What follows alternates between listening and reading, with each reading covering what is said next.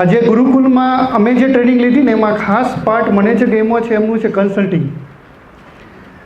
ઘણા બધા સેમિનાર્સ મેં બહુ અટેન્ડ કરેલા છે, ઓનલાઈન જોયેલા છે, પેઇડ કર્યા છે. હું ઘણી જગ્યાએ દિલ્હી, મુંબઈ, અમદાવાદ પૈસા ખર્ચીને એવી બધી 2-3 દિવસના જે સેમિનાર ઘણા કરેલા.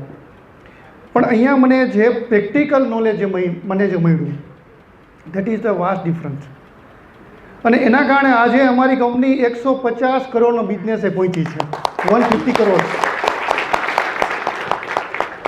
અને અત્યારે હાલમાં અમે સૌથી પહેલાં એક ગુજરાત મોડેલ તૈયાર કર્યું.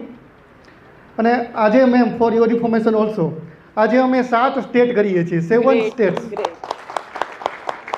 એટલે અહીંયા જોવાનું એક એ છે કે આપણે એઝ અ ડિરેક્ટર તરીકે અમારું ખાલી એક બિરુદ હતું કે ભાઈ આપણે ડાયરેક્ટર છીએ, પણ ખરેખર તો કામ કરતા હતા એઝ અ એમ્પ્લોયી. એ અમે જ્યારે એમની સાથે જોડાયા ત્યારે અમને પણ અહેસાસ થયો કે ભાઈ આ વાત તો સાચી છે કે ભાઈ આ ડાયરેક્ટર તરીકે એઝ અમારે ખરેખર વોટ ટુ ડુ, આખિર અમે કરના ક્યાં હે વહી પતા નહીં થા. અમે પોતે જ ક્લેરિકલ કામ ને બધી જ વસ્તુ અમે જ બધું લઈને ચાલતા હતા સાથે સાથે. ભાઈ આપણે જ કરવાનું, બી આપણા જેવું સારું કોણ કરે, એવો એક ભ્રમ હતો.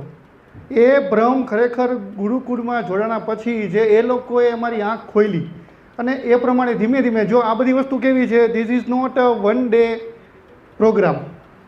અને એક દિવસમાં કે 2-4 મહિનામાં આમાં કોઈને કાંઈ રિઝલ્ટ મળે નહીં.